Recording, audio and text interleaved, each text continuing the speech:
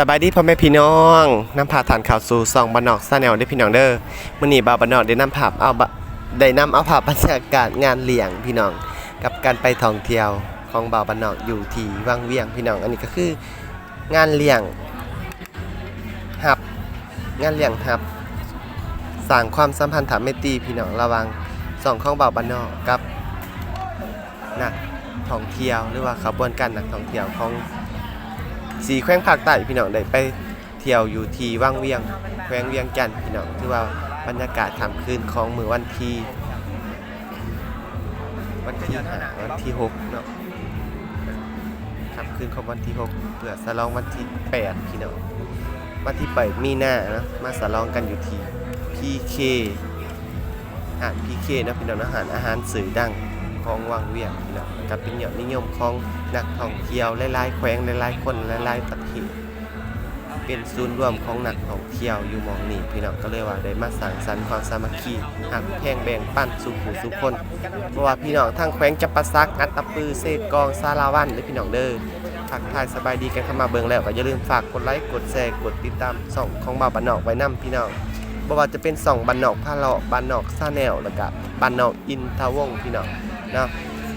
สามารถเข้าไปติดตามได้หลาย2ทางบ่าวบ้านนอกได้นำเอาภาพบรรยากาศสดๆใหม่ๆฮ้อนๆมาฝากพี่ฝากน้องผู้แลตั้งแต่วันที่6นะพี่น้องเนาะจนมาฮอดมื้อนี้จังว่าบ่าวบ้านนอกได้มีโอกาสได้เอาคลิปนี้วันนี้มาลงให้พี่ให้น้องเฮาได้รับชมรับเบิ่งไปพร้อมๆกันพี่น้อง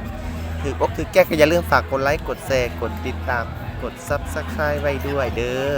ผู้สุคนหักแพงแบ่งปันพ่อแม่พี่น้องชาวแขวงเวียงจันทน์ก็คือเมืองวังเวียงนะพี่น้องเนาะที่เอื้ออำนวยสถานที่จัดสรรอาหารให้พวกเฮาในมื้อนี้คือว่าขอบคุณขอบมกขอบใจหลายๆทุกท่านที่ให้เกียรติเข้าร่วมงานในมื้อนี้นะพี่น้องเนาะเพราะว่าพี่น้องทั้งแขวงสะวรรณเขตสารวันอัตตปือเซกองจำปาสัก4แขวงภาคใต้นะพี่น้องเนาะ4แขวงหรือ5แขวงนี่แหละเนาะยิงตัดนับไปนี่แหละเนาะพี่น้องก็คือสะวรรณเขตสารวันอัตตปือเซกอง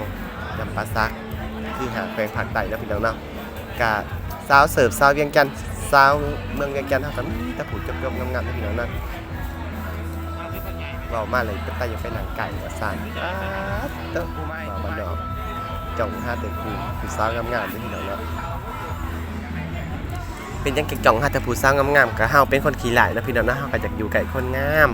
พอได้ติดกระแสน้ำเพิ่นว่าซ่านมื้อนี้อาหารเฮาครบว่าจะเป็นปลานึ่งมะนาวพี่น้องสิเนาะสเต็กเนื้อกับยำปลาหมึกกันหลายอย่างเนาะทอดกระดูกขาหมูเป็นตาเสียเลยพี่น้องเนาะซาวเบียร์เฮากับจับจบงามๆก็พี่น้องเนาะอยู่ไก่เพิ่นอยู่ว่าสั่นหลายๆคนก็โอ้ยอยากไปอยู่ไก่เนาะวันนี้เพิ่นมาบริการเต็มที่พี่น้องซาวเบียร์ลาววันระยะห่างพี่น้องก่อนจากกันนะพี่น้องเนาะฝากคลิปนี้ทุกคนสู่มองสู่บอลโดยพรจะทานตรงนี้สุขภาพเข้มแข็งมีอายุวันฟันยืนพอกันใหม่คลิปหน้าสำหรับคลิปนี้เราไปนอกล่าเมื่อก่อน